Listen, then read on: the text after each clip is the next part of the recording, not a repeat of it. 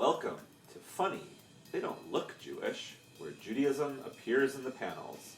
Our purpose is to find characters, stories, and issues of comics that explore explicitly Jewish content. I'm Henry Bernstein. And I'm Brandon Bernstein. No relation. I'm a lifelong comic book reader and collector. I've been reading comics, mostly Superman and DC comics, since I was about 7 years old. I've been collecting seriously since I was 11. I would say my comic collector cred is that I have every single issue of Superman and Action Comics from 1986 until the present. I'm also a Jewish educator. I teach Judaic studies in a Chicago middle school. And in 2009, I wrote a curriculum as part of a master's program focusing on the Jewish aspects of superhero comic books. I've taught it in many iterations to many different age groups. And once again, this is Brandon. I started reading comics when I was in the second grade. I haven't stopped since. I'm more of a Marvel guy myself, and my cred is probably a collection of Uncanny X-Men that goes from about issue number 150 to the modern day. So it was a pretty lengthy, many hundreds of issues. I'm also a rabbi working on a local college campus here in the Chicago area. And I've always maintained that these two passions, Judaism and comic books, actually have a great deal in common. They're both narrative-based mythologies on which each subsequent generation builds upon the ideas of the previous ones, while its most devoted acolytes obsess over the minutiae. I mean, is there really that big of a difference between continuity and halakha? But this podcast isn't about what Judaism and comic books have in common. It's about what happens when they overlap. Yeah, I've always been bothered by why there isn't more explicit Jewish content in comics. You know, every few years you'll get one tiny reference, a character saying a Yiddish word or something. But from my perspective, the examples are far and few between. So when looking at this, Brandon, what is explicitly Jewish content? Yeah, great question. I think for our purposes, explicitly Jewish content is any story that might contain quotes from Jewish texts or liturgy or history, characters that are openly embracing their heritage, maybe characters using Hebrew or praying in a synagogue or celebrating Jewish holidays or talking about why they don't like to do any of those things. Basically, we're looking for characters actually living a Jewish experience, not just stereotypically throwing out the word oy or chutzpah, although I think inevitably we're going to find examples of that, and we'll talk about that too. So, Brandon, who are we going to talk about first? Well, I'm really excited. I don't know what other character we could start with other than Benjamin J. Grimm, the ever-loving blue-eyed thing. It's clobbering time. The Thing first appeared at the dawn of the age of Marvel superheroes in Fantastic Four #1, which was published in November 1961 by Stan the Man Lee and Jack the King Kirby. Basically, in Fantastic Four #1, you have a scientist, his best friend, his fiancée, and his fiancée's younger sister, all rushing to beat the Russians, because this was the Cold War, in a space race to see who can head out into the cosmos.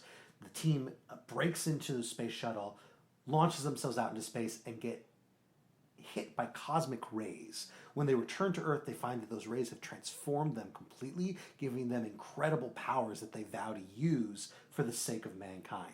Of course, one of them doesn't really get a gift in powers, but something that's more of a curse, and that's Benjamin J. Grimm, who ends up transforming into this weird orange rock monster. It's all coming back to me now. So, how do we know he's Jewish? Great question, Henry. How do we know he's Jewish?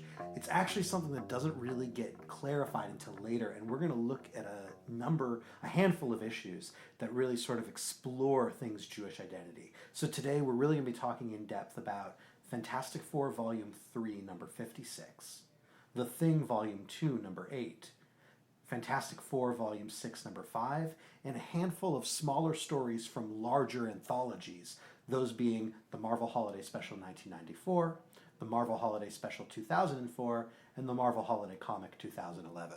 So if the Fantastic Four first appeared in 1961, and we're looking at things from 1994, and on, how much time are we actually dealing with information that he's Jewish? Well, we're actually going to start a little bit earlier than 1994 because there's some apocryphal evidence, but the most fascinating of these is actually in 1976, the Kirby family, that being the family of Jack the King Kirby, illustrator and creator of so many amazing Marvel comics. Jack Kirby sends out this holiday Hanukkah card from the Kirbys that pictures the Thing wearing a yarmulke, a talit, holding a prayer book, with a menorah behind him and wishing everyone a happy Hanukkah. In fact, it specifically says, remembering you at Hanukkah and hoping you will find that your holiday leaves many special memories behind. Happy Hanukkah, the Kirbys. I actually would love to talk about a couple details in the image that we're seeing. So, that prayer book in the Thing's hands. We have the Star of David on one side, so clearly letting you know this is a Jewish book. And on the other hand, there appears to be a couple letters. I don't know what you think. It looks to me like it's Yud Bet, which I thought maybe is a reference. Yud Bet would be 12. Hebrew numerology for 12. Exactly. Yeah. Like maybe it's a reference to the 12 tribes. Do you have any thoughts on what that is or what that could be on the Siddur? I don't know. Okay. I'm stumped. Yeah. So speaking of stumped, this is the thing that confused me the most. Right above the Thing's tie and below his chin, there's a tiny Hebrew print that spells out the phrase Ichulim LaChanukkah. Now, if we were going to translate that, we would best probably translate it as like wishes for Hanukkah. But here's the thing. I've never heard this greeting for Hanukkah in my life. And I even did a little bit of research trying to see, is this an American Hanukkah holiday statement? Is this something that was popular in the 70s? I went and did research to friends of mine who are academics that sort of study American Judaism. Nobody had heard of this phrase. No one was sure what it was. All right, so I have no idea where this phrase comes from. And the last thing that I just want to, well, two last things I want to point out. I hate to be pedantic about it, but the most common error I ever see in depicting a Chanukiah on Hanukkah time is that people show a menorah as it's found in the temple, right, having only 7 branches, right, as opposed to the Chanukiah, which has 9 branches. Now, weirdly enough, this one seems to only have 5 branches. Yeah. I think it's just like an artistic thing that Jack could only draw that much and was doing it quickly. I don't think there was any intent behind it. It's just a little doodle. So we've got this image. It's just really cool. Yeah, it's great. I mean, I'm looking at it now. I've looked at it 100 times. You and I have been talking about this for months. And even just now looking at it, I'm getting a little verklempt, just seeing, getting a little emotional, seeing a superhero that millions of people know and love. This is what we call explicit Jewish content. He's wearing a kippah, holding a prayer book, wearing a talis, observing a Jewish holiday, and it just it gets me right there in the kishkas. Completely, 100%. I feel it also, and there's really, I've seen a lot of images now of the Thing with a yarmulke and with a talis to the point where I've seen enough. I don't know what it is, and I don't want to be just preferencing religious paraphernalia, but for some reason holding the Siddur just adds a whole other level of how much it impacts me and sort of makes me feel oh wow, I have something in common with this guy. This is a Jewish superhero who's not just happening to be Jewish, but has some involvement with this Jewish life in the way that I know it. I mean, again, I'm a rabbi. My Jewish experience is by no means the common one of most Jews here in the United States, but right, it really, there's some ineffable kinship I feel with him just seeing him in that way. Maybe if you needed to make a minion, you could call up the Benjamin Grimm and he would come. Right, and he wouldn't just come and be a body in the room, but he'd be yeah, I know what to do. And just grab the Siddur and be I don't like the prayers, but fine, I'll help you. Yeah, I love that idea. The rabbi asks him if he wants to daven. Yeah, it's davening time.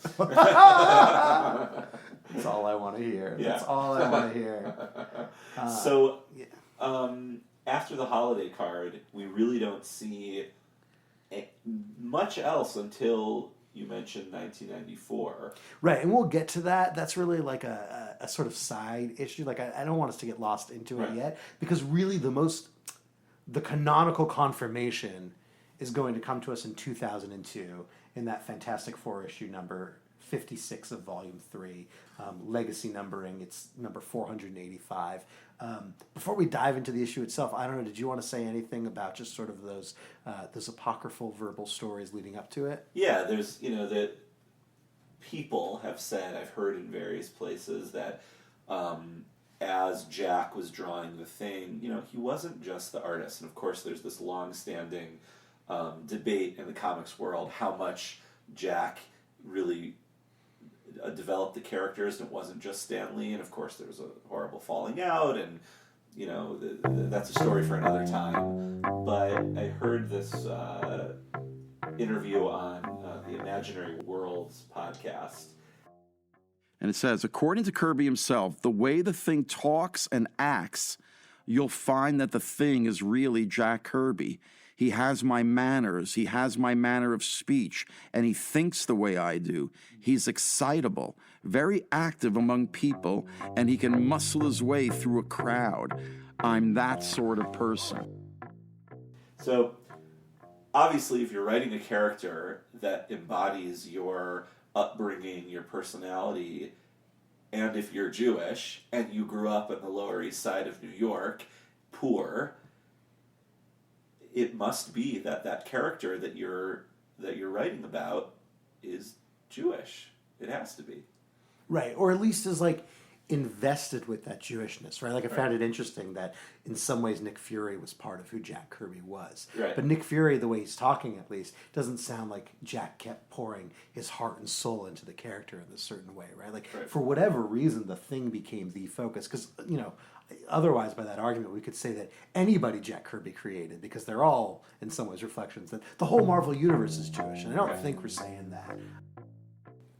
Should we dive right into that book? book? Let's dive in. So, Fantastic Four, Volume 3, number 56, written by Karl Kesel, drawn by Stuart Immonen, inked by Scott Koblish, colored by Liquid, lettered by Richard Starkings and Albert Deschesne, and I know edited by Tom Brevoort. Cover was by Gabriele Dell'Otto.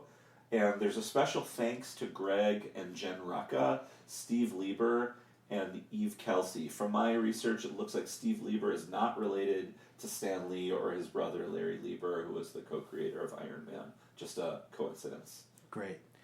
So I just want to talk a little bit about the context surrounding this issue. Well, let's just get the cat out of the bag. This issue is famous for being the canonical issue that confirmed the thing is Jewish. It's on the page. It's written out there. It's a big deal. If you Google thing Jewish, I guarantee you will find dozens, if not hundreds, of blogs of all sorts of Jewish comic book writers saying, this issue talked about the thing being Jewish. It's so amazing. This is the issue.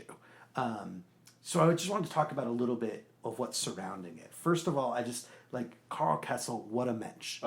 The most incredible mensch that I've heard of. This man, not only is he coming in and filling in stories where he's needed, right? Because this is actually, this is sort of right before this famous Mark Waid, Mike Wieringo run that starts with issue number 60. It's this famous revered Fantastic Four run. It's in between that and this Carlos Pacheco run. So, Carlos Pacheco had been the artist on the book. He was both drawing and also plotting. And so the writer was really only coming in and doing scripts.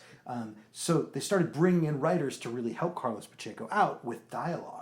And so Karl Kesel was one of those writers, and he's mostly coming in and helping out Carlos. Carlos leaves the book, and then Karl Kesel is writing solo for issues 55 and 56. Again, only a few issues before that famous Waid Wieringo run starts. So, for me, it's just he comes in, he fills the need, he gets out. What, incredible comic book work. But it doesn't stop there. So I found out in 2012, when he's 53 years old, Karl Kesel and his wife decide to adopt a baby. Okay, lots of people adopt babies, right? Not just any baby. He adopted a baby that was born addicted to heroin, right? This is a baby with incredible needs, right? And so, obviously, it's expensive to take care of this. So what does he do, Henry? he sold his entire comic book collection. Oh, that breaks my heart. Right? I know, but like he sells it to pay the medical bills. Like the more I research this guy, the more I just realize that he's like salt of the earth, incredible mensch. Like what a stand-up You want to guy. give him a hug. I want to give him a hug, Yeah. and I'm so grateful that like a man of this caliber is the one who gifted us this story, right? Yeah. Like, how incredible. Yeah, I want to say a couple things just as a personal note about Yeah. Karl Kesel and Stuart Immonen, actually. Just this is apropos of nothing other than that he was inker and writer on Adventures of Superman for many years, and he and Tom Grummett, one of my all-time favorite Superman artists, co-created Superboy shortly after the death of Superman. So he was key to the death of Superman storyline, one of the greatest storylines in comics. Sure. Created Superboy, the Superboy that's known as Connor Kent or Con-El, recently brought back into canon. And then Stuart Immonen took over drawing on Adventures of Superman from Tom Grummett. So just personally, I've been following those two creators for a long time. I own a lot of comics by those guys. So seeing them do something, and I always wish Superman was Jewish, of course. Like I'm always Right, and like reading Superman with the lens of, oh, of course, you know, the line from Superman 2, what a nice man, of course he's Jewish. Like, right. And the comic book Judaism 101 that gets pointed out is like Superman is the last baby. He's sent in an infant rocket ship to Earth. Isn't that Moses being sent down the river, right? Like there's so much about Superman's origin that it's like, how could he not be Jewish? And yet, like canonically, he's not Jewish. And in fact, even at his wedding, he and Lois get married by a priest in a church, and the priest is drawn to look like Jerry Siegel. Right, So, right. And you know, I love Dan Jurgens. He's my favorite of all time, but that one, you know. Right, it's a little sting. It's a little Yeah, sting, yeah. which is part of why, because so many of these comic books are written for the most part for sort of the majority in society, right? We're living in a Christian or secular society. Right. Most of these characters are written with sort of the default of like married to church, etc. And because that's so many of them, it's all the sweeter that we can get somebody like the Thing is like confirmed Jewish, like cling on to these instances. So we've got this issue. I think independently, Henry, we've both found research that talks about also Karl Kesel, apparently.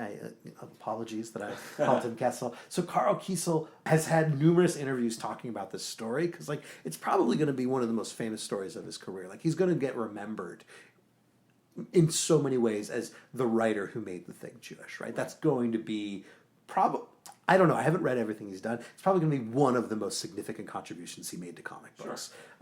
So in these various interviews, it always inevitably comes up, no matter what he's working on. And so we've both separately done some research and found him describing that sort of scenario surrounding the issue. So Henry, you want to tell us a little bit about what went into the issue behind the scenes? Yeah, so he was tasked with writing some fill-in issues, as you mentioned, and he said on the Word Balloon podcast, he confirms he was the one that made Ben officially Jewish. Oh yeah, I was. Yeah, and I mean that was based on an old Kirby drawing. Jack had drawn Ben with a little prayer shawl and yarmulke. I'm not sure why he drew it. I think I remember it was on some card he sent out or something. And Tom Brevoort and I were just talking. This was one of those. I did, I think, 3 fill-in issues in a row, and Tom wanted important stories. And I said, Jack drew Ben as Jewish. Why don't we do that story? That's great. And I'm convinced, just personally that at the beginning, Ben was just, a character. But I'm convinced the longer Jack worked on him, the more of himself he put into Ben Grimm. Sure. So I know Stan Lee has said that they never, intended the character to be Jewish at the start, but I think by the end, he was, clearly, a stand-in for Jack himself in so many ways.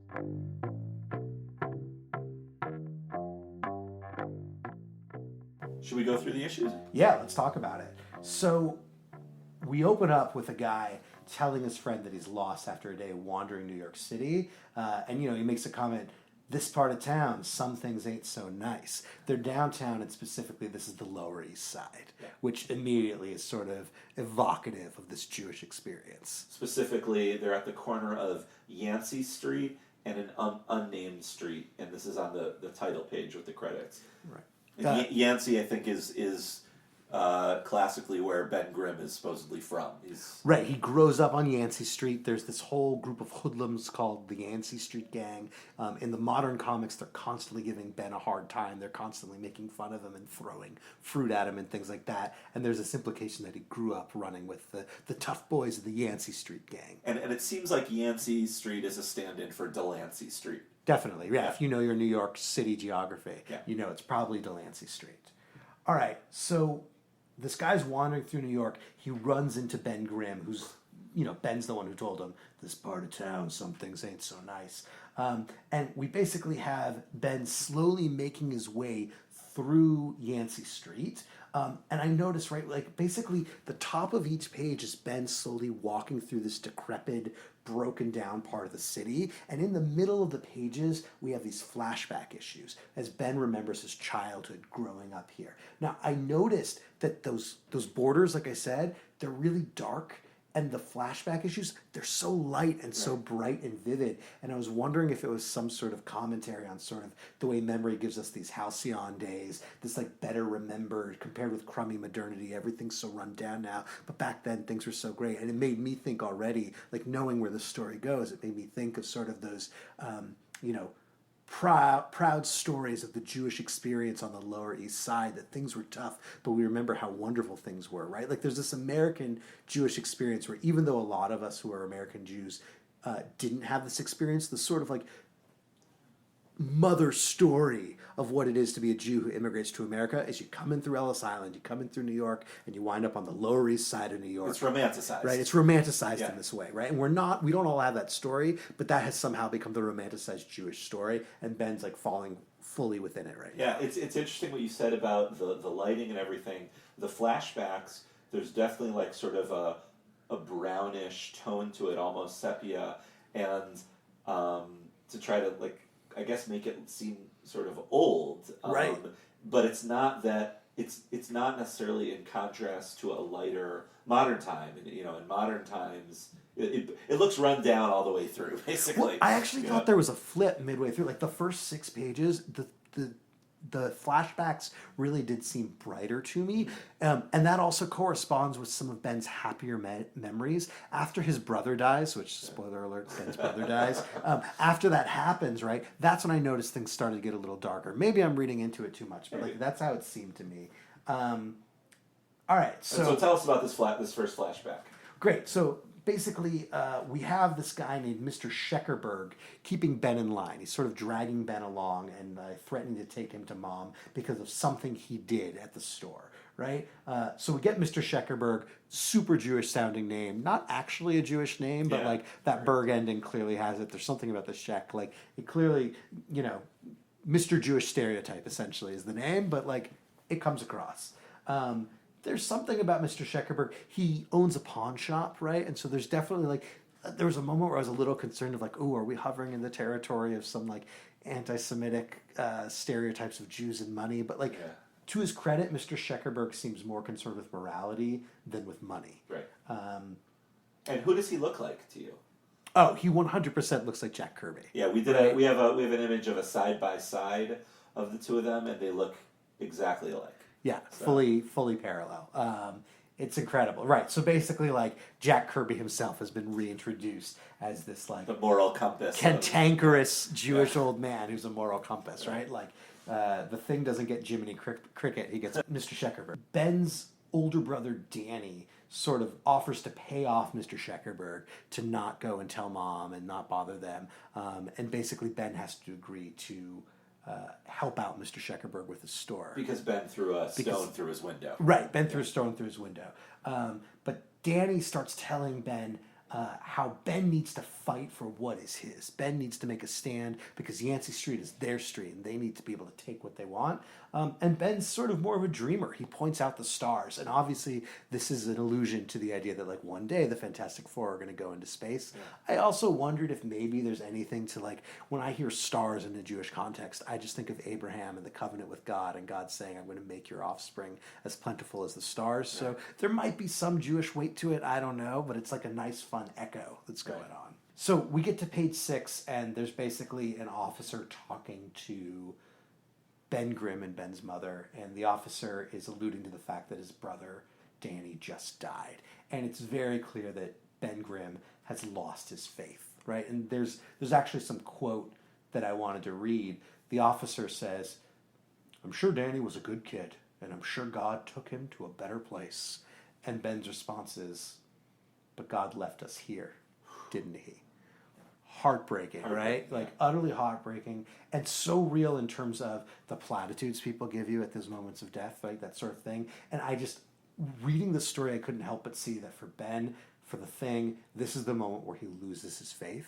And I think he has a break with his Judaism, right? And based on everything else that we see and what's going to be coming in terms of Ben essentially rediscovering Judaism in his adult life, I really do think this was probably the moment where he turned his back on it, and even if he'd been going to synagogue, stopped caring. Do you think that that is an intentional, let's call it a retcon by Kesel, to say that the reason why you haven't seen any mention of Ben's Judaism until now is because this event that happened to him, which we all knew about, Danny's death is something that's a part of Ben's origin, really. We've heard about it before, right?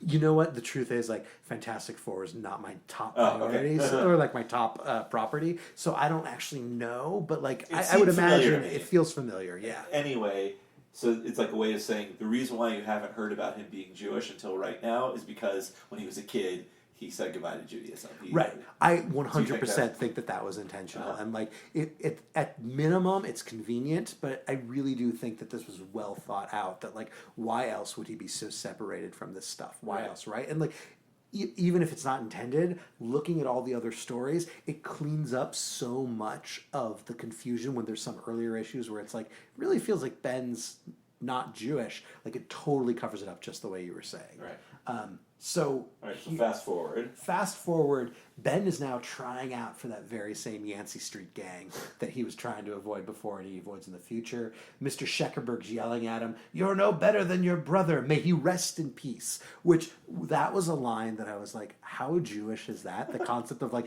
you're no good brother. May his soul rest in peace. Right? Yeah, chastising someone, but making sure you like show the proper amount of respect because he died. Because he died completely, right? Like, it's just like so felt to me as like the way that someone would be sort of taught to raise with those Yiddish inflections. Right. He has to make sure to get that out even as he's cantankerously yelling. I love that too. So we get this big reveal of what is it, Henry, that Ben actually stole from Mr. Scheckerberg? He stole a Magen David, a Star of David, on a chain.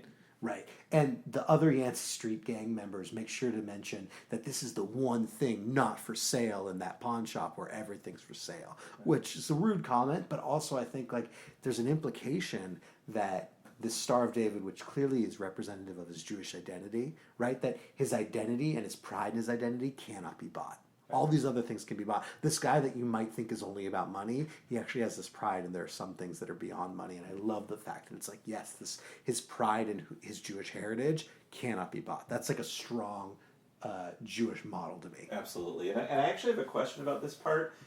You know, maybe so you might not be able to answer it because Fantastic Four aren't they're not like your X-Men. But the Yancy, he's running away from the Yancy Street gang, and they're throwing stuff at him, and they seem to, the Yancy Street gang always seem to be just word bubbles. Yeah. Like, you don't see them. Yeah, you never see them. They're always hiding in buildings and throwing things. Yeah, I think it's like an ongoing gag. Oh, okay. So right? I always thought of them as like, when he talks about them, when I've read Fantastic Four comics in the past, it seems like they're like a lovable group of rascals. But here they're like, they're pretty dangerous. Like, Danny loses his life, and they're encouraging Ben to steal. I didn't realize Like when I thought like Yancy Street gang, like they're just like the old gang, like the way you talk about friends of yours. I didn't realize they were like troublemakers in the neighborhood. And so I'm wondering, are the rest of them Jewish? Oh, interesting. Yeah, I mean, maybe, right? Like it could be this entire gang of Jewish hoodlums that were around. Right. And there are stories in that same Imagining Worlds podcast. There are stories of Jack growing up very much in that way, having to fight, to protect himself, completely, and stuff like that. And that's part of the Jewish experience too. My grandfather would tell stories about, being called a dirty Jew and a Christ killer and getting beaten up every day. And then years later, when he was a salesman, those same people who would beat him up were his customers. That whole thing. Well, I think the trick is that the Yancy Street gang, right? Like the one we see in Ben's childhood, I could buy that they're all Jewish because they're on the Lower East Side. But once we flash forward to the future, the gang is still there. I don't think it's all those people as kids now Ben's age. I think it's still a bunch of kids. Like I imagine it's constantly this replenishing society, like any gang, right? That sort of brings in new members. So I think it's there. And that's why they're always like teasing. Yeah, because they're kids. Right, I think they're kids. I think they're just like punk kids that are there, right? So like, yes, they had to fight, and maybe they were Jewish back then, but by page 8, we're getting to sort of the modern day. The pawn shop is still there, but everything around it is like either shut down or a porno theater or something like that. And I was realizing that the implication seems to be, as happens in actual history, the rest of the Jews moved uptown. Yeah. They left the East Side.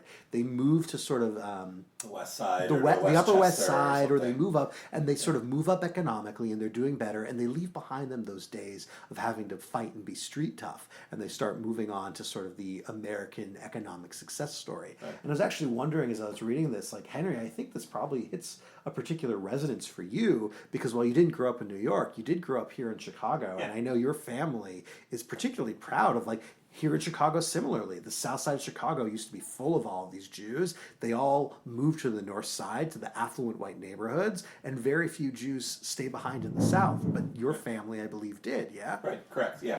My brother who currently lives in Hyde Park on the south side of Chicago. He's a fifth-generation South Sider, proudly. And, of course, I sold out and moved to the north side. But, they'll never let me live that down. But, for me growing up, a big part of my Jewish experience was hearing people say, wow, you came all the way from the south side, when we'd go up to visit them in Skokie or other parts of Chicago that are Jewish, or maybe one or two of my friends ever coming to my house as a kid, people saying things like, my friends' parents saying things like, well, is it safe? Which is exactly what you're talking about. Like, Jews have achieved a new socioeconomical status, so going back to that quote-unquote old neighborhood is, must be dangerous. Right, it can't be something that we would want to do. Right. So it's fun, like, there's a way in which your family, like, your brother is the Mr. Scheckerberg holding down the phone and, totally like, remaining and still staying down there. All right, so... the Thing comes and visits the pawn shop, and Mr. Scheckerberg immediately attacks him, thinking that Ben is actually extorting him for protection money. It turns out, in a typical comic book coincidence, that someone has been sending threatening letters to Mr. Scheckerberg for a while now, saying if he doesn't pay some money, then they're going to come in and they're going to, mess up the store. They need to pay someone to keep them safe. And that very night is the night the money is due. So Mr. Scheckerberg assumes that Ben has to be the one. Now, of course, Thing is not actually the one who's doing that. It's a pure coincidence. But as this is happening, Mr. Scheckerberg actually reveals his full name, which is Hiram Scheckerberg, or Hiram Scheckerberg, which, of course, Hiram is coming from Hiram, the Hebrew name, meaning essentially highborn. It's actually a biblical name. It's referenced in both 2 Samuel 5:11 and 1 Kings 7:13-14 and a few other places. But in those two spots, they're mentioning this King Hiram of Tyre who helped Solomon with the building of the temple. And is as is so common in Jewish life, any name that is sort of used biblically is ripe for becoming a Jewish name throughout time. So, not really a name that caught on, or like you would see those, like you might have some, like one of the Alta Cockers at your show might be named Hy, Hy, short for Hiram. didn't really stick. No, it wasn't a very popular. In fact, the only other Hiram I really know of is I'm actually thinking also in comic books, in Archie comics, right? With Betty and Veronica. Yeah. Veronica's father's name is Hiram. Oh, yeah. Right? So, and that's a comic that must have been, I wouldn't know, but if we look it up, I would bet that Hiram Lodge probably dates back to the early days of Archie Comics. So I wonder if it's actually like a more common name from that point of time, like 30s and 40s, etc. And so maybe Karl Kesel was just trying to pay homage to that point in time. Yeah. Who knows? We're back in the present day. Ben decides he's going to help out Mr. Scheckerberg, and so he goes to confront the Yancy Street gang, who he thinks, I can't believe that they're getting into extortion, basically, right? He can't believe it. Hijinks ensue. There's a really entertaining couple of pages where Ben goes to confront them, and this group of kids are just mopping the floor with Ben, throwing food at him, throwing trash at him, making him stink. It's just this like really entertaining couple of pages, and Ben returns to the shop humiliated, only to discover the true villain there, Powder Keg, the man with the explosive aura. Now, had you ever heard of Powder Keg Never. before? Never. He's like a D-list villain, if that. If that, yeah. Very much a minor villain. Yeah. In fact, I like, embarrassing confession, I thought that he was created for the issue. I didn't even realize he had I a just history. assumed he was. Yeah, right. Yeah. So we get this like weird guy who apparently can just explode. And then, of course, we get the beautiful comic book team up. Ben and the Yancy Street gang team up and completely take out Powder Keg. But in the ensuing conflict, Mr. Scheckerberg basically gets hit and knocked out. And that's what gets us to sort of the big moment where Ben thinks Mr. Scheckerberg might be dead. And he wants to give him CPR, but of course he can't because he's an orange rock monster. He can't do enormous. Right. He can't do resuscitation. So you kind of get this zoom out. You're looking in the last panel on that page. We're zoomed out and we're looking above. It's almost as if we're from the perspective of the street lamp. Ooh, cool. That same street lamp in the splash page at the beginning, that thing was standing under. Right. Now, because we've got a little bit of light around Mr. Scheckerberg, he's lying there, and the thing says, let's see, been a while. And then he says, Shema Yisrael, Adonai Eloheinu, Adonai Echad, Baruch Shem Kuvod Malchuto, Le'olam Vayed.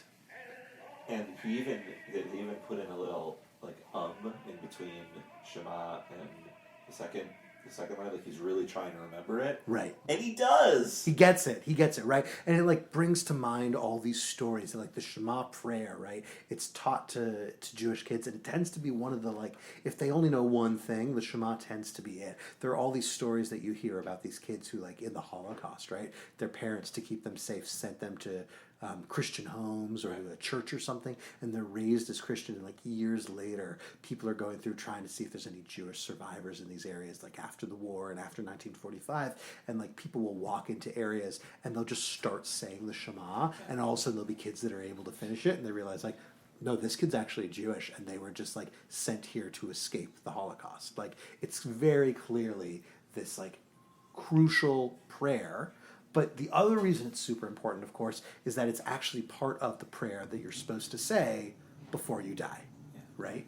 And I wanted to get into this a little bit because the Shema is part of the deathbed vidui, or what's called the deathbed confessional. Right after Ben recites Shema, Mr. Scheckerberg wakes up. He's totally fine, He's right? fine. And he basically tells Ben, like, oh, next thing you're going to have them all gathering to say Kaddish for me, which is like the memorial prayer. And he's really worried about that. And you get the sense that Mr. Scheckerberg is actually like, poo, like it's bad luck for you to be saying this, right? So I just wanted to bring up, I thought it was interesting. It's actually not at all tempting fate or jinxing. There's this Jewish law code called the Shulchan Aruch. And in a section called Yoreh Deah 338, it actually reads as follows. I'm going to read it in translation. If you feel death approaching, recite the vidui. Be reassured by those around you. Many have said the vidui and not died, and many have not said the vidui and still died. If you are unable to recite it aloud, say it in your heart, and if you are unable to recite it, others may recite it with you or for you.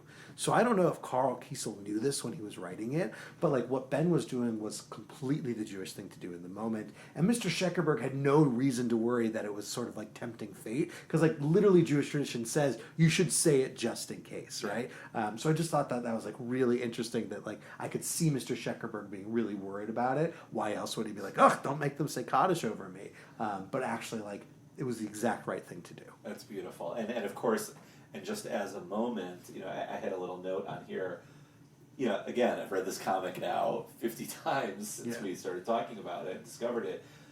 But this is unprecedented. This is one of the most Jewish moments in comics, if it might be the most. Right, like outside of a few graphic novels that are very explicitly like my Jewish upbringing, or like I'm being or like Mouse or Mouse or something like that, right? Like outside of things that are like very clearly telling Jewish stories, right? I don't know if I've ever seen such a Jewish moment, right? Of In like superhero this is comics. in a superhero comic, Yeah. like it's unbelievable, and it's not the like cliche which we're gonna get to, right? Of like a wedding or this like big ceremony, right? It's like this is just like a quieter Jewish moment. Yeah, and it's like, a moment that is serious and that you wouldn't expect to see in, of course, superhero comics aren't serious. They're not always silly. But then, the thing is both comic relief and tragic. They play Right. that. That's like a big part of it. So to have this moment, just reading it again now even brought tears to my eyes, and there were tears of joy. I was imagining, if only I had read this comic when I was 11 years old. Like, oh yeah, what must it have done for young Jews? I actually read a really interesting blog where someone wrote about how they hated the fact that Ben was Jewish in this way, and they didn't need to see it, they didn't want it, until like their young children were hearing about superheroes, and they were like, and Ben is Jewish, and the kid like freaked out and was like, he's like me, and the guy was like, oh, it's not for me. Yeah. It's for the kids, kids, right? yeah. It's like if you were a young child reading comic books in 2002 and you're a young Jewish boy and you read this, I can't even imagine what that experience is like. yeah, I almost wish I had, like, I mean, it's sort of the whole point of this podcast. Like, I wish this moment had existed when I was a kid reading comics. Completely.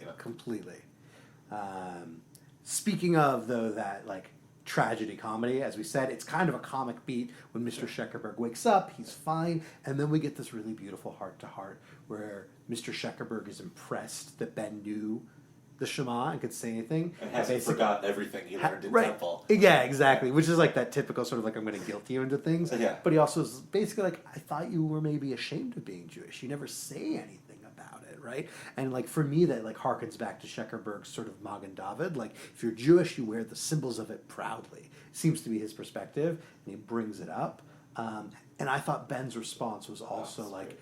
Gets you right in the heart, because he basically says, if people know, they could like find it out, but like I didn't want to emphasize it because, quote, figure there's enough trouble in this world without people thinking Jews are all monsters like me. Yeah. He's basically saying to the camera, Jews in America, try to hide and try to fit in, but everyone you always know who's Jewish. Right. But, so I never wanted to point it out. And it's sort of like, to me it was sort of like I said, looking at the camera and saying, sorry about all that, I'm Jewish. Right. Like, it was like a moment of reckoning. Like, now I'm proud of it. Right, I'm I don't proud. have to, I don't have to hide it anymore. Yeah, I didn't think about it that way before, but I like that reading a lot of sort of this meta moment of like, I don't need to hide it. What I was getting out of it was a lot of the thought of how often in my life, like, something happens and there's sort of the idea of like, this is either good or bad for the Jews. Like anytime someone Jewish is in the news for bad reasons, every Jew I know, right, is like, like what's going right? There's all this concern and worry. You watch that Fire Festival documentary, you're like, thank God that guy wasn't Jewish. Completely, right? Anytime there's something like where someone's getting cheated, right? Because Bernie Madoff, every Jew I knew was just like, oh my God, this looks so bad for us. This is awful. People are going to think we're all horrible, greedy, fraudulent people, right? And so here's the thing being like, I don't want everyone to think Jews are all these like monstrous type figures. Which is also one of the tragedies of the thing. Like, he doesn't even realize he's a superhero. Right. The Fantastic Four in canon, in the Marvel Universe, are like the epitome of superheroes. Everyone loves them. Not just superheroes, they're celebrities. They're celebrities, right? Everywhere. They're not like the X-Men who are hated, or Spider-Man where it's like 50-50. Some people hate him, some people think he's a menace.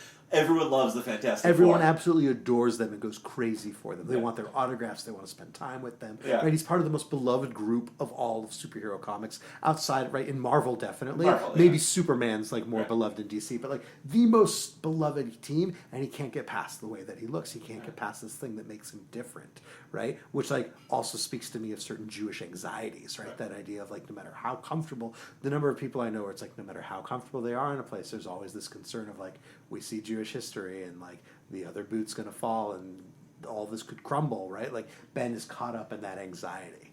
So they kind of have this tender moment. They even reference Yom Kippur, the Day of Atonement. Yeah, I thought that was a Yeah. very writerly move and a weird one because like Yeah. Ben basically is like, I came back to return the star because I thought maybe today's the Day of Atonement, and like nobody calls it the Day of Atonement, right? And also, he would know if it was Yom Kippur. He would know if it's Yom Kippur for sure. And then like we get this really weird thing where Mr. Scheckerberg is like, I won't forgive you for 3 reasons, right? Like, 1, it's not the Day of Atonement. Scheckerberg would definitely say Yom Kippur. 2, right?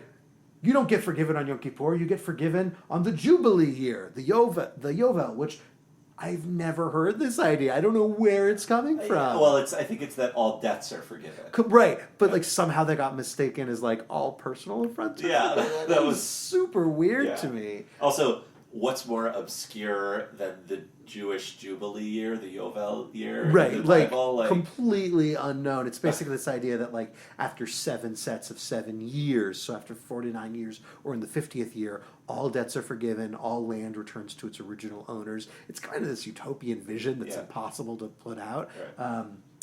I mean, it's this utopian vision that's impossible to act upon and actually make happen. It's a beautiful concept, but so unknown, So obscure. and so weird. Kudos and, to like, Karl Kesel for putting that in there. he really gave it Dig an deep. effort, Yeah. right? But like, oof. And then finally, Mr. Scheckerberg is like, you don't have to apologize for anything. Like, I know that you lost your faith, essentially. Like, I know that you had such a difficult time, and like, why don't you keep that Star of David, more or less? And then he compares him to And the he Golem compares of Prague. Right. The Golem of Prague, created by Rabbi Judah Loeb and Bezalel in the late 16th century, the most famous story of this golem, of this stone or clay warrior that sort of comes to life and protects the Jewish people and maybe gets a little too horrific, and it has the word truth written on its head, and if you erase one letter, it says death rather than truth, and so the golem dies. Mr. Scheckerberg points out the most famous story of the golem is one where it's kind of a monster, but it's like, it's not really a monster, it's a protector. Right. Ben, you're not really a monster. Right, which is you're exactly a what he protector. Right. It's beautiful.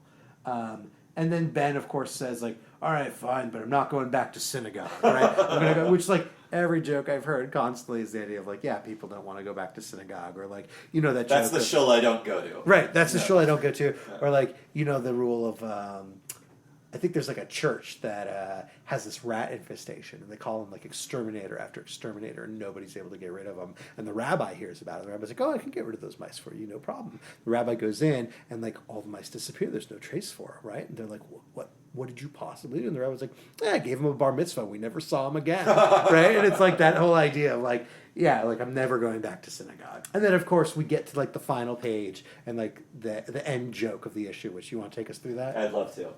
So he wraps up Powder Keg, and I think he basically ties the street lamp around him, and then Powder Keg says, "And you're really Jewish?" And Thing gets kind of defensive and says, "There a problem with that?" And Powder Keg, of course, says, "No, it's just you don't look Jewish." But Yeah, you can hear you can totally hear the rim shot. Yeah. But I love that. That's great. Right, like how else could this possibly have ended? That's the sort of balance of the tragedy and the comedy with the Thing. Right, it's tragedy, it's comedy, but I think that also a very Jewish thing is like it ends with the comedy. Yeah. Right? We might start with the tragedy, but it ends with the comedy. Right. Right. Exactly. I mean, so overall, I would give this, if I was rating this, we haven't really decided on a rating system, 4 out of 5 stars of David or something. But you know, there are only a few explicitly Jewish moments, but the ones that they have are so rich and heavy and meaningful. You know, and I just again can't overstate how much seeing the Shema in a comic book means to me. Yeah. Like it really gets me in that spot. It's hard to also divorce the impact of this issue from the story itself, right? Like, again, this was a huge news story. It was a big deal. All of a sudden, people could point to this issue and be like, no, did you know the thing is Jewish? And, like, there's this canonical proof. So this confirmation of his religion, the way that it was used, like, I have a hard time. If I were to rate it, I feel like if we had a five Magen David scale, like, I'd probably even give it a 4 or 4.5, just because it had some stuff that I felt was like factually wrong. It didn't have the most Jewish content, but it was so meaningful. It like used its Judaism so effectively, and it was so impactful on the wider on the wider comic book world and on the Jewish world in a certain way, that like I just, you know, I would not give it a 5, which I would like. I'm reserving for something that I think would like really blow me away. But like it's at the top, I think. Yeah. Let's look at the next issue, which was The Thing number 8, which was written by Dan Slott, artist Kieran Dwyer, published by Marvel Comics. This is from July 5th, 2006. So why don't you tell us about this issue? Great, and just want to throw out, colored by Laura Villari and lettered by David Lanfear. This is the last issue of the Thing's second solo series, which basically ran, I think, from 2005 to 2006. Dan Slott is writing it. Here we are, it's the last issue of a series that unfortunately didn't sell too well. And we've got, you know, he's the first writer to really do anything with Karl Kesel's revelation from 4 years earlier and sort of move the Thing's Jewish story forward a little bit, right? Eagle-eared listeners will pick up that the Marvel Holiday Special 2004 came out in between these two issues, but it's really minor with what that does. So we'll get to it. But all right, so nothing happens in the first 10 pages. Right. Yeah, nothing happens. Like, you know, we'll go through it really quick. Basically, the series opens up with a superhero poker tournament.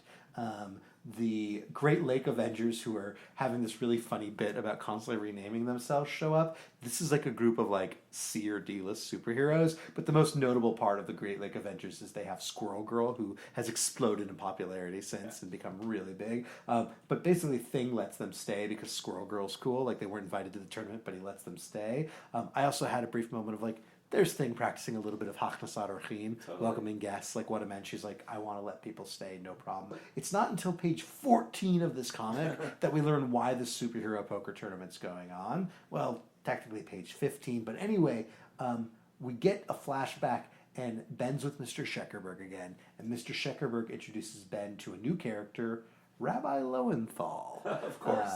And of course, Rabbi Lowenthal wants to basically talk to Ben about whether he's interested in having a bar mitzvah. And of course, Ben responds with the most typical misunderstanding that there is, which is like, I thought you have to be 13 to have a bar mitzvah. As many rabbis will tell you, as many Jewish educators will tell you, you don't have a bar or bat mitzvah. You become a bar or bat mitzvah, right? Bar mitzvah literally means son of the commandment or son of commandment. Bat mitzvah means daughter of commandment. And it's in reference to this Jewish idea that when you're a young kid and you don't really know any better, you're not actually responsible for your actions when it comes to like a Jewish legal basis. You're not punishable for it. And there's actually this really weird sort of tradition that your parents are punished for yours. And the whole idea of like the bar bat mitzvah is that once you hit the age of 13 for boys, 12 for girls, sometimes 13 for girls also. Once you hit that age, you become responsible for your own Jewish actions, and you become obligated under the Jewish system to do these prayers, fulfill these commandments, etc. And so the first commandment that most people fulfill is reading from the Torah and having an aliyah. And of course, you have the ceremony built around it, which is the bar mitzvah ceremony. But the moment you turn 13, you are bar mitzvah, right? Like, it's just this thing. So I found it a little weird that there's this like misunderstanding. The fact that Ben has it is fine, but it's a little weird that like the rabbi goes on to share this misunderstanding. The synagogue they're at. So yeah, let's talk about that. You and I did a little research. there's a beautiful shot of the synagogue, of the exterior of the synagogue that they're walking to. It looks like a synagogue you've seen if you've been in New York, and we did a Google image search, and it's a spitting image of the Eldridge Street Synagogue, which would place that a 15-minute walk from certain parts of Delancey Street or Yancy Street. Right. So Slott here is actually using, kudos to him for actually going and using a real synagogue as a model that would have been in the place that he grew up, would have been his hometown shul, Right. where he should have been bar mitzvah. Or possibly kudos to Kieran Dwyer, because he's the guy drawing the there you thing, go. right? Yeah. So, like, who knows whose idea it was? Maybe Dan sent pictures and was like, here's a reference of it. Right. Or maybe, Kieran did his own research. I don't know. Yeah. Funny thing about the Eldridge Street Synagogue, I went there only twice. Once when I was in rabbinical school for like a tour of it, because now it's like a semi-functioning synagogue, but mostly it's a historic site that you can kind of like go and get tours and see the way it used to work. Right. It's absolutely incredible inside, the way it's like painted. It's almost like it really is like being in space and being in the cosmos. There's just like the way when you're sitting at the back of the synagogue and looking up, the ceilings are so high and it's like this blue color with I remember there being like clouds and almost planets drawn. It's really like a far out sort of experience. Yeah, it's really neat. I mean, that's the modern restoration from what I remember of it. It's really cool. So I went there once on a tour, and the only other time I've been there was there was like a Jewish moth-inspired storytelling event with a bunch of Jewish people telling their like favorite stories from summer camp. And a good friend of mine asked me to MC the event, so I got to spend like one night in like summer 2012. I MC'd this like storytelling event in the Eldridge Street Synagogue. So there you go. Yeah, me and Ben So have been in the same space. Yeah. So Rabbi Lowenthal basically explains to Ben that our faith believes you can get another bar mitzvah at age 83, since 70 is your life expectancy. So I want to break. Is that true? Is there basis for that? So here's the thing. I did a little bit of research. Right? Okay. I had never heard this idea before, but I decided to do a little bit of research. It is something that's been happening more often, right? And apparently it's a relatively recent phenomenon. Basically, the textual basis is pretty universally agreed upon to be in Psalms 90, verse 10, which basically reads, "The span of our life is 70 years. Yeah. Or given the strength, 80 years. But the best of them are trouble and sorrow. They pass by speedily, and we are in darkness." Bit of a downer line. But basically the idea is like lifespan is expected to be 70. And as we entered the modern era, meaning like I guess the contemporary era, and as healthcare improved and people were living longer, more and more people were living past age 70, and so they wanted to sort of commemorate that, and they wanted to be able to mark that, and so people started looking at age 83 as being like life renewed. So I've seen it sort of like talked about, but I couldn't find the resource for it.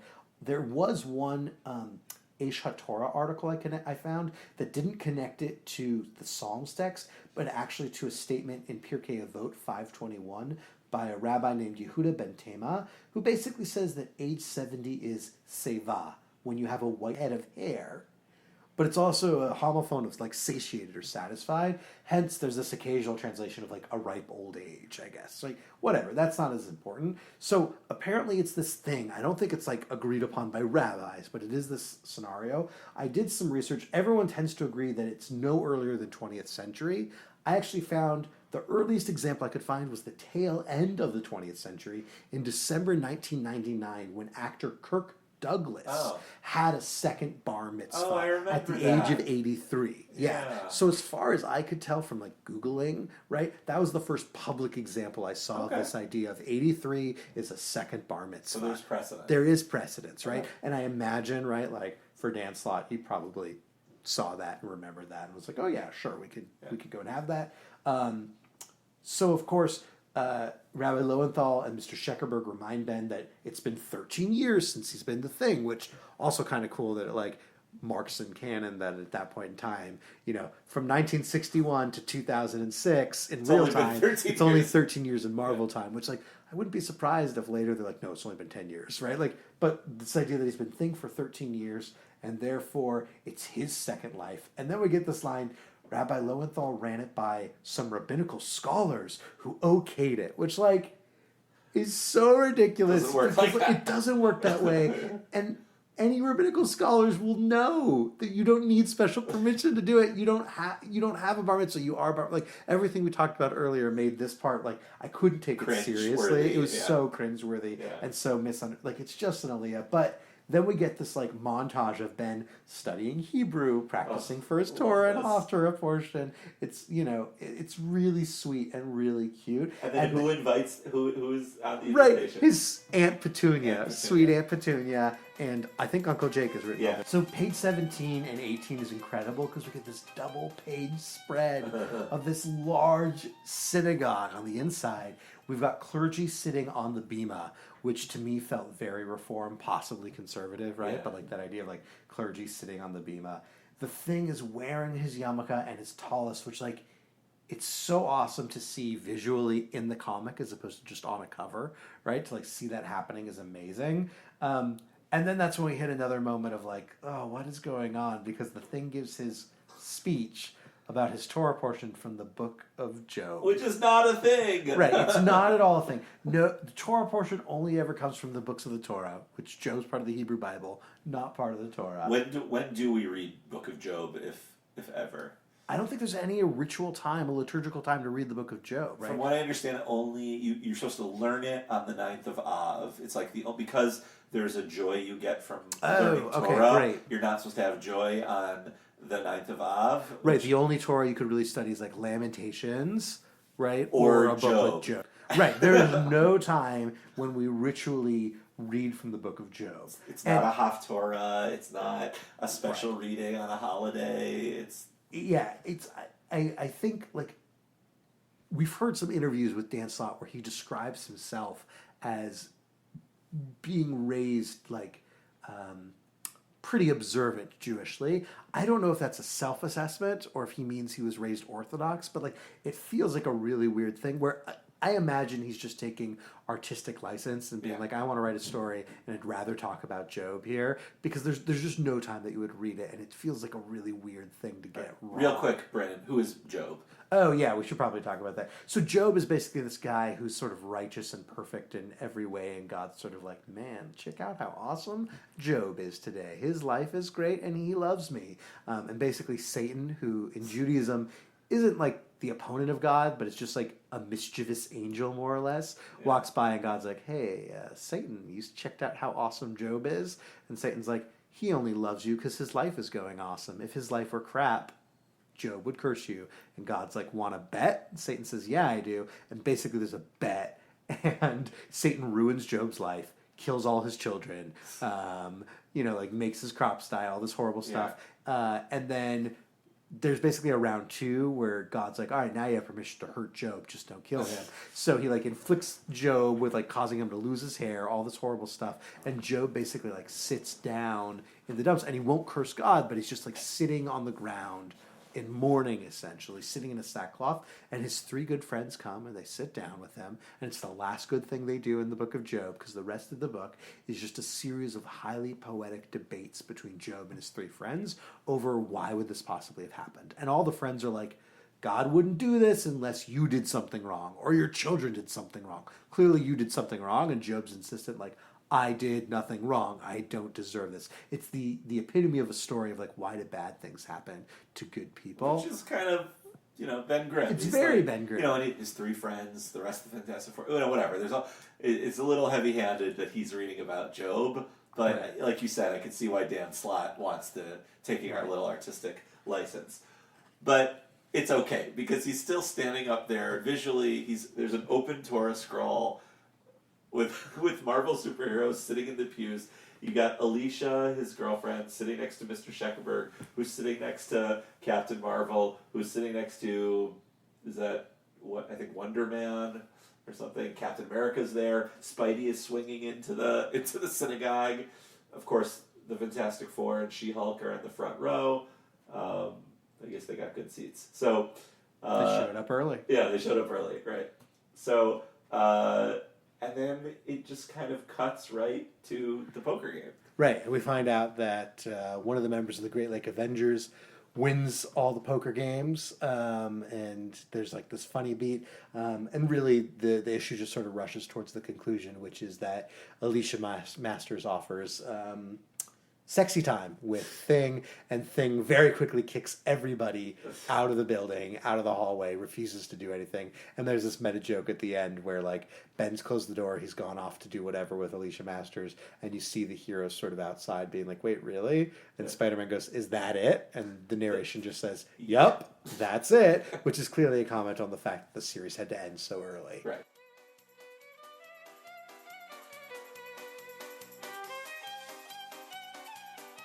If Fantastic Four 56 had never happened, this is like a 4 out of 5. You know, like, yeah. The Thing is a bar mitzvah. But in what you said early on about, like, the Fantastic Four being important because it wasn't centered around a Jewish event. In fact, the only ritual thing that really happens is saying the central Jewish prayer around death. That kind of elevated it. And here it's like, okay, Thing has a bar mitzvah. It's kind of a little silly. But because of the imagery alone, again, that if you take yourself out of it, if I'm putting myself into an 11-year-old mindset, like seeing that, I would freak out. Or if I was 13 or 12, I mean, I would say the height of my comic book reading was 12, 13. Yeah. You know, those are like, that's, 1993, Death of Superman, like everything was comics for me.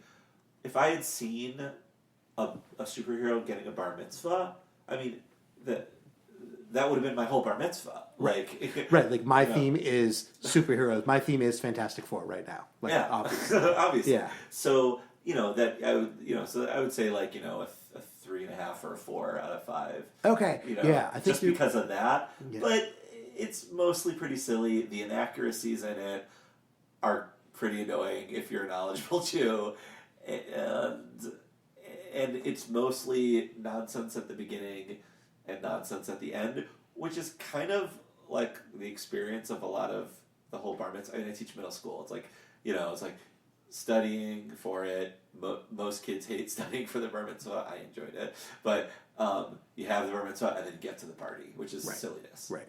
I mean, there's a weird way in which I wonder if this is sort of what it was like. Like, I had non-Jewish friends who came to my bar mitzvah, and I can't imagine what that thing was for someone who's not Jewish, who just shows up to this, like, what is this service? What is going on? Oh, cool, there's a party. And I kind of feel this way in general about the Thing series, because I've never read any of the other issues, and like maybe I should go and read the first 7. I'm kind of curious to see how in line with the rest of the comic this issue is. It feels to me the same way a lot of times that I've read final issues of series that ended earlier than they were supposed to. They're rushing to finish up storylines, they're rushing to tie up loose ends, and so everything happens faster than it would, and therefore it reads poorer than it normally would. And like last issues are often not as good unless they were planned out last issues. Anytime it's a forced upon you last issue, it tends to read worse than others. Right. So I'd be very curious how this stacks up with the rest of that series that Dan Slott wrote.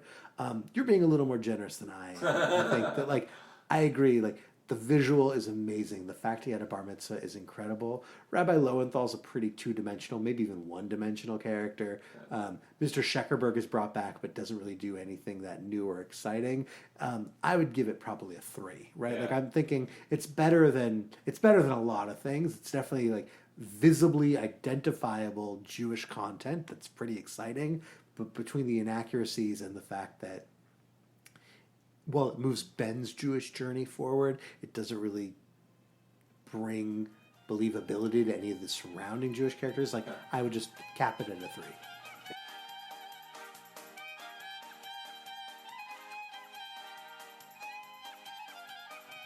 Join us next time for part 2 of our episode exploring everyone's favorite Jewish superhero, The Thing. We'll be looking at the wedding of Benjamin Grimm and several holiday specials featuring Ben and his other Jewish Marvel friends. See you next time on Funny, They Don't Look Jewish.